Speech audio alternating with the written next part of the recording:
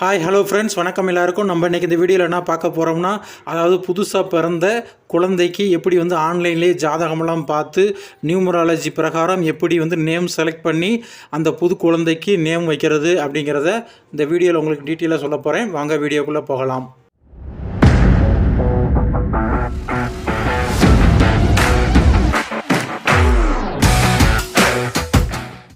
Google chrome open பண்ணிக்கிங்க. இப்போ நான் ஸ்க்ரீனில் காமிக்கிறேன் பார்த்தீங்களா, jodhidar.org அப்படிங்கிறத நீங்கள் வந்து அந்த கூகுள் குரோமில் வந்து டைப் பண்ணி சர்ச் பண்ணுங்கள். சர்ச் பண்ணவே உங்களுக்கு வந்து அந்த ஜாதகம் பார்க்குற வெப்சைட் வந்து உங்களுக்கு ஓப்பன் ஆகும்.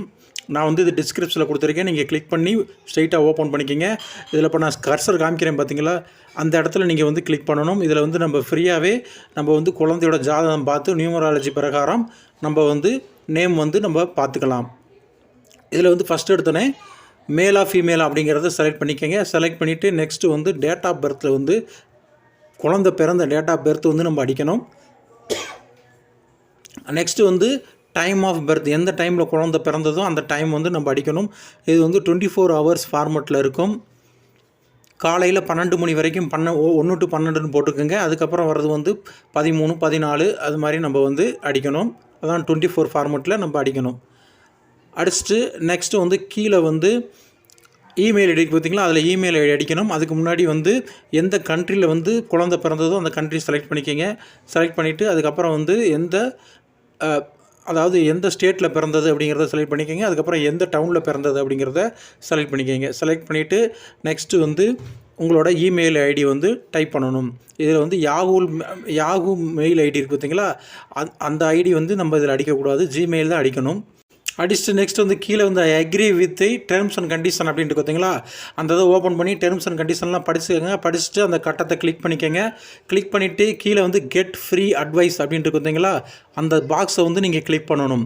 கிளிக் பண்ணோமே இப்போ வந்து நம்ம கொடுத்த இமெயில் ஐடிக்கு வந்து நம்மளுக்கு வந்து அந்த அட்வைஸ் வந்து நம்மளுக்கு வந்து சென்ட் பண்ணிடுவாங்க மெயிலாக. அதை வந்து நம்ம டவுன்லோட் பண்ணி அந்த பிடிஎஃப் ஃபைலில் நம்ம ஓப்பன் பண்ணி பார்த்துக்கலாம்.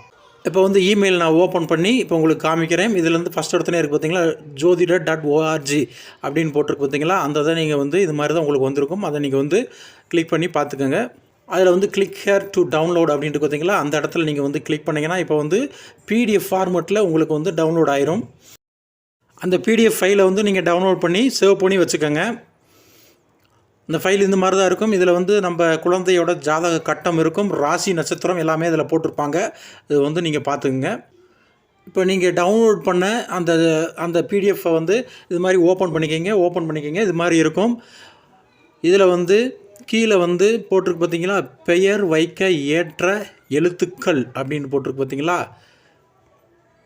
இப்போ நான் கர்சர் வச்சுருக்கேன் பார்த்தீங்களா, அந்த இடத்துல இருக்கும் பெயர் வைக்க ஏற்ற எழுத்துக்கள்.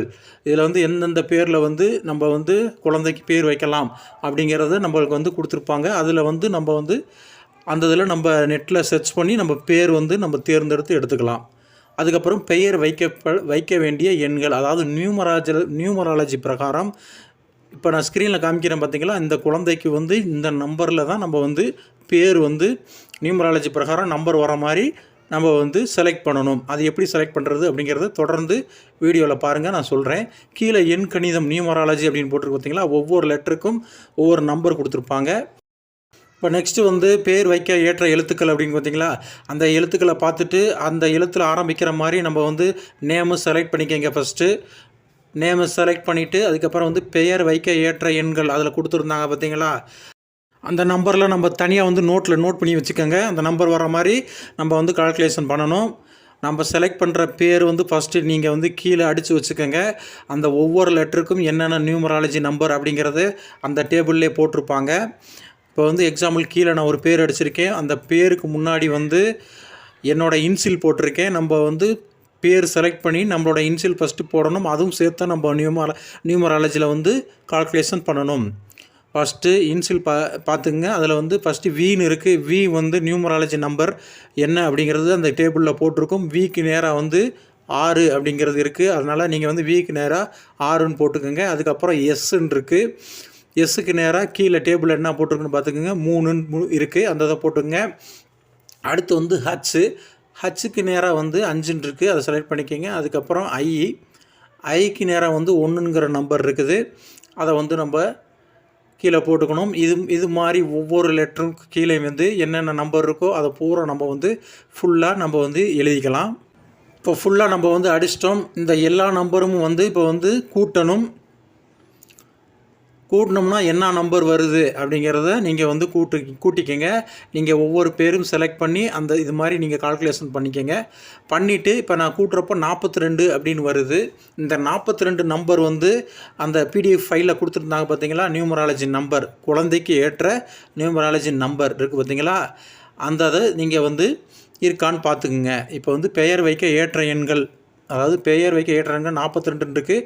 இந்த இதில் 42 வருது. அதுக்கப்புறம் பெயர் வைக்க ஏற்ற எழுத்துக்கள் சி அப்படின்ட்டு பார்த்தீங்களா, நான் பேர் வந்து ஃபஸ்ட்டு லெட்டர் வந்து சின்னு இருக்கிற மாதிரி ஆரம்பிச்சிருக்கேன். அதுக்கப்புறம் வந்து பேர் வைக்க ஏற்ற எண்கள் வந்து 42ங்கிற நம்பர் வர்ற மாதிரி செலக்ட் பண்ணியிருக்கேன்.